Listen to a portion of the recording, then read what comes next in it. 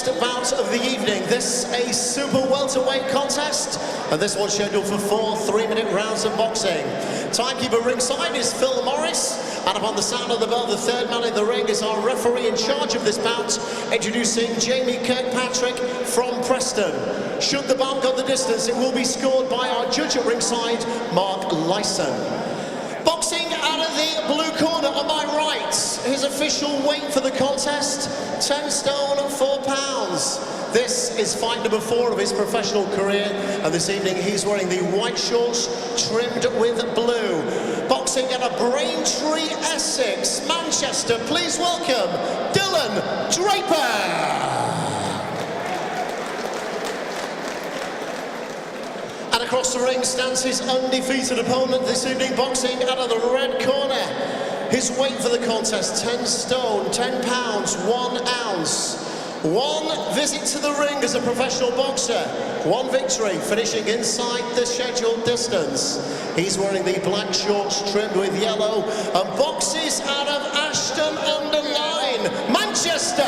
Please welcome Ryan Oliver.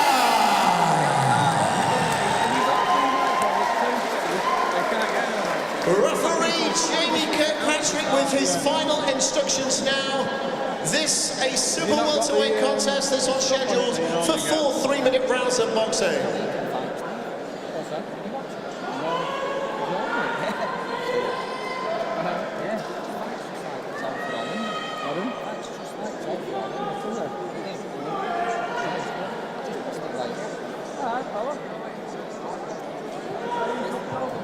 Comes out, round 1. Here we go, Ryan Oliver out. Ryan Oliver out looking to get his career back on track after a bit of a shock defeat last time. Luke? Yeah, he won 1, lost 1. Last time out, Nathan Hardy got the better of him, but he's changed his style for this one. More relaxed, he's fighting like himself now. He was trying to make himself fight in a way that wasn't right for him, so he's looking to be a bit more relaxed tonight, get that jab working and get back on the horse, get a win. It's almost a year since that defeat for Ryan. I don't think he was quite right going into the ring. I think he was due to fight earlier this summer, to get himself back in the swing of things, but he had to pull out. A bit of a tooth abscess, and he learnt that don't go into the ring less than 100%. Yeah, and that's the thing he did with Nathan Hardy. He wasn't 100%, and he got found out tonight. He'll be right on it. Yeah, it's defeats don't really matter at this stage in a career. It's what we learn from it, and if Ryan comes back and learns that, if that's the lesson he takes from that, he gets back on the horse and wins, no harm's come of it, has it? Yeah, and when you speak to him, he takes that loss in a good way, because he feels like the pressure's off him now. He's not got that unbeaten record to protect anymore. He can go out there, be himself, and fight like he's performs in the gym. Taking on Dylan Draper here. Dylan Draper in the white shorts, in case you needed in case you missed Oliver, written right across the back of Ryan's shorts.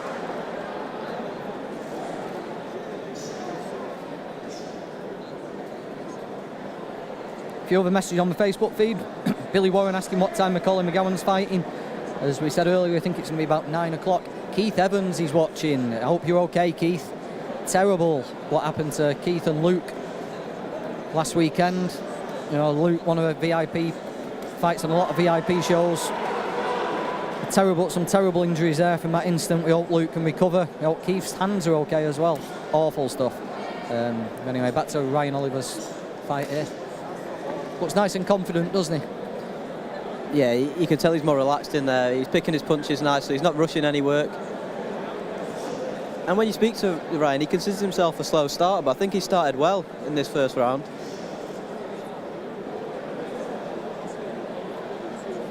Ryan trains over with a Stevie Bellos bell. Wearing the like Jim black and yellow, isn't it? Really good, talented amateur Steve. A fantastic reputation around Manchester. Did reasonably well as a pro actually as well. Ryan's sort of his star pupil, isn't he? Yeah, him and Ryan are best mates, and they got together. Ryan started working at the gym, and they've been inseparable ever since, really. And now Ryan's turned pro. He's got Steve in his corner. They really live and breathe it together, both of them. Steve will live this fight like it's one of his own.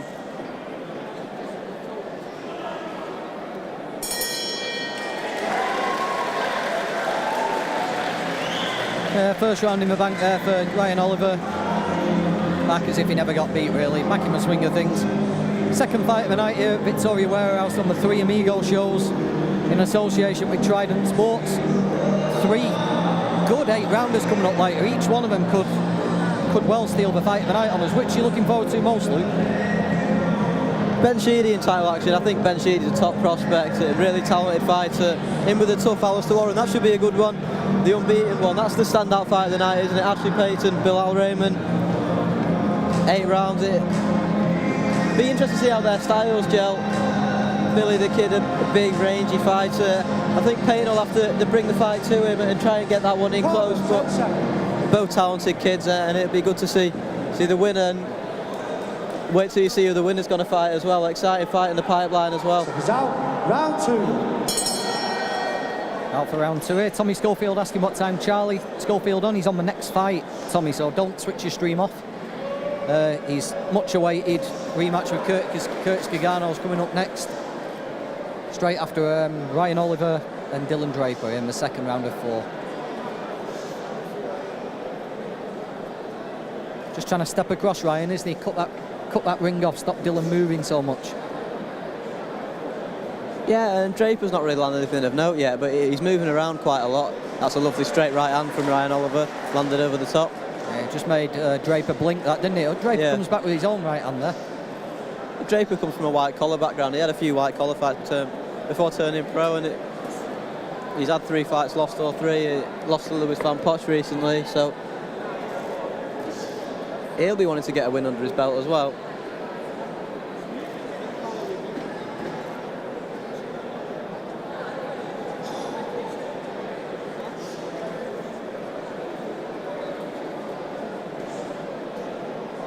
Just trying to force Draper to open up there, wasn't he, and lead off with something, Ryan, so he could counter. Draper didn't do it. Draper's looking to move and counter punch here. But Ryan's setting the pace and dictating where this is fought. Everything going pretty much to plan, I think, for him so far. Yeah, definitely. He's had some good sparring in the build-up. He did a few rounds with Adam Haig, Irvin Magna. He's had some wars with Irvin Magna, he was telling me. Entertaining fight. So good sparring, good pedigree of sparring for this one. Rob Taylor's watching us on his mobile phone. Rob's actually stood at ringside watching his phone. Let's see if he can hear us on the commentary. No, just daydreaming away. He does that every time, doesn't he? He's always watching the stream, but then he never really pays attention to what we're doing. Nice little counter right hand there by Ryan.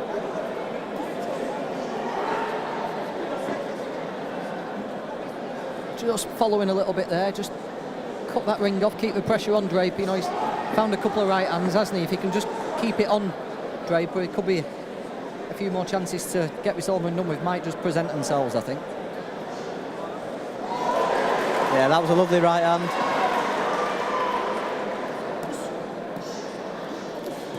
He's not having to... he's hurting him with that right. Blinking again, Draper.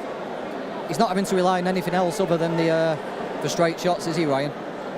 No, he looks a lot more relaxed in there now than I've seen him before. He's picking his shots very well. Good little performances so far. There's plenty of time to go. That right hand landing again. Steve Bell in the corner, just asking him to land that backhand, and he did that there, the straight right through the guard.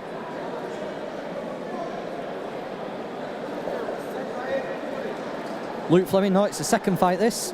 Stewie Stoddard, amazing stream, of course. It's me and Luke Madeira on commentary, of course it's an amazing stream. Ryan Oliver be pleased with that second round. He hurt Draper a few times there. Yeah, Billy McKim saying Draper moves a lot but looks to have no power. I think that's just because he's moving so much, Jamie. Moving so much, Billy, he's not being able to set his feet and throw. I think Ryan's keeping up the pressure nicely. Yeah, and just towards the end of that round there, Steve Bell was calling for him to land that backhand, and that's what you've been saying in commentary, John. If you can get a few more of those right hands landed, he hurt Draper in that round. I don't think he realised it. That's Stevie Bell, fashionable cornerman there in his black skinny jeans. You never see Stevie Bell in a shiny tracksuit, will you? No, never.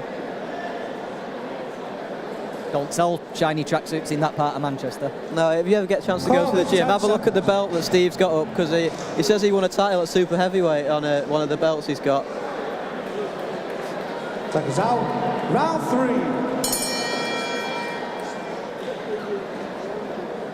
I think Draper's struggling to see out that left eye, isn't he? He's blinking on it a lot. Yeah, he got hit with a right hand straight on it right at the start of the second round, and he was blinking a lot throughout the round. Just wonder if Ryan might just step up the pressure. He'll have noticed that. You know, you can't miss it really, can you? But just wonder if Ryan will try and capitalise on it.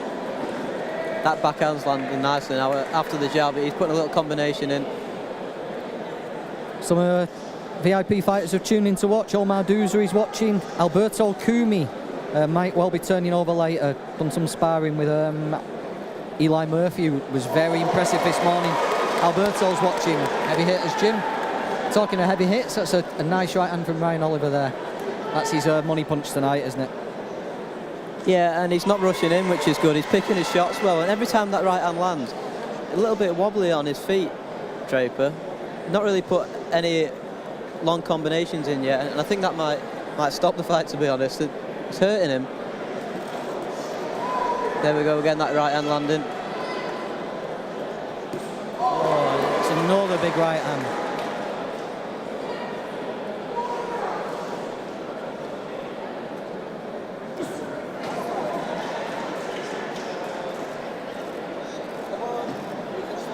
So the voice of VIP boxing, Lee Hogan, sat watching over there. So Lee posted a photograph of him in his fighting prime. Did you see it? Yeah, I did. Time's not been kind to Lee Hogan, has he? He looked like a bit of a heartbreaker in his early years.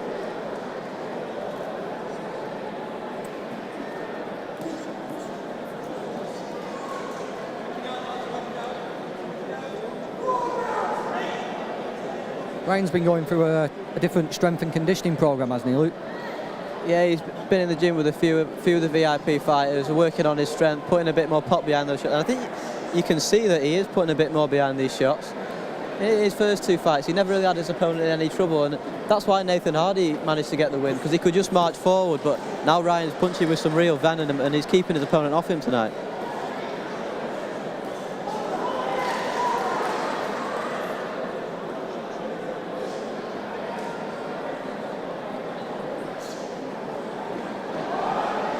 He's a good lad, Ryan, isn't he? You might have heard him on jumped on commentary at the last show we did at Victoria Warehouse, didn't he? He's going to be fighting pretty regularly, I think. Yeah. He's fought a couple of times on other promotions, hasn't he? But I think he's going to be on VIP ones pretty permanently now. Yeah, he is, and if all goes well tonight, you might hear him back on commentary later on. He wants to do another fight if he gets the win. But yeah, he's with Steve Wood now with VIP, and he'll be on the VIP shows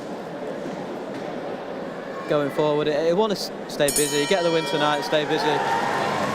Jordan Thompson's watching. Sorry I didn't make the hill running, Jordan, today. I ended up recobbling my driveway. I'll tell you what, that's intense, that what they do up the hills, isn't it? You see the videos of them, they do it dead easy, but I couldn't get up that hill.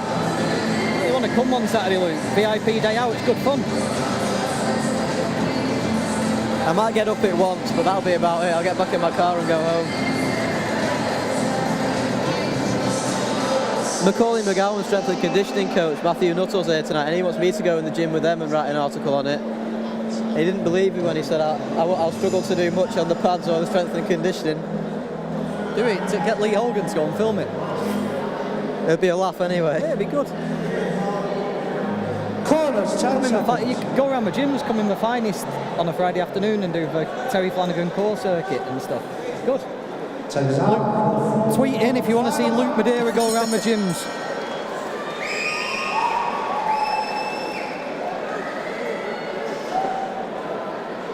Ryan Oliver be over the moon with this, I think. Straight shots have worked nicely. He's kept the pressure on well and dictated everything. And the most impressive thing is he's not got carried away in there. He's having success, but he's stuck to his boxing and it's working for him.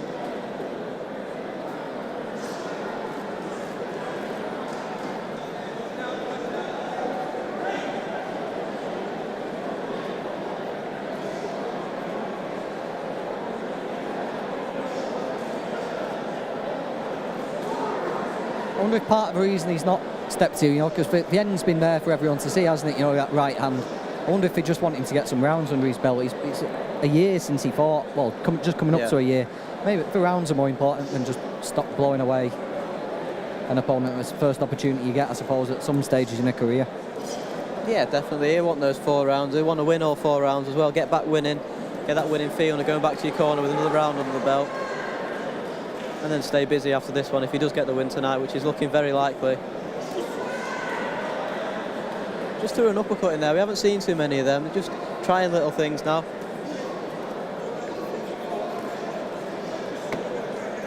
As we said earlier, it's been the straight shots, hasn't it? Just following Draper there. If we were to pick up 1 or 2 things, Ryan could possibly cut the ring off a couple of times a little bit better and just kept Draper at an uncomfortable distance, you know, instead of giving him that time and space to reset himself and just nick a few extra seconds. But I think we're being a bit picky, aren't we, if we're criticising that? Yeah, well, it's something to work on for him, and he'll know that when he gets back in the gym. He could have made it a lot easier for himself tonight. He's doing the job and he's doing well, but there's always things to improve on.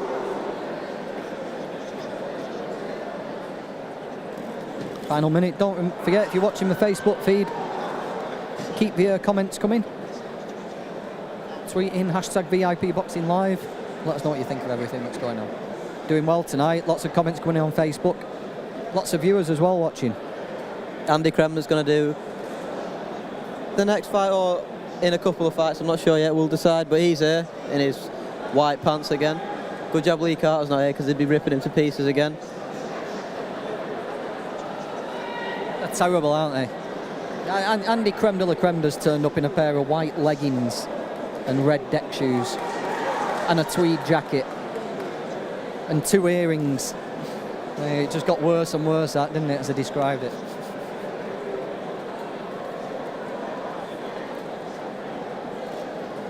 Just counting down the final seconds here. Nice routine, drama-free, problem-free victory for Ryan Oliver, and that'll be the best result he could have. And the exact thing you want coming off a loss.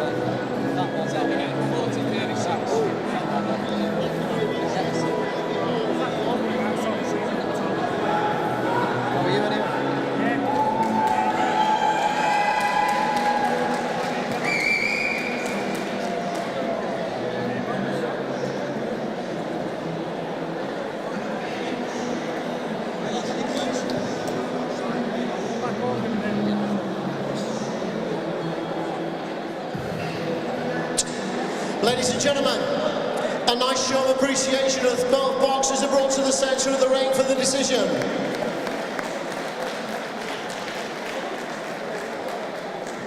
Well, after 4 3-minute rounds of super welterweight boxing, our judge at ringside, Mark Lyson, has made his decision. He sees the bout at 40 points to 36 points in favour of our winner. From the red corner, Ryan Oliver!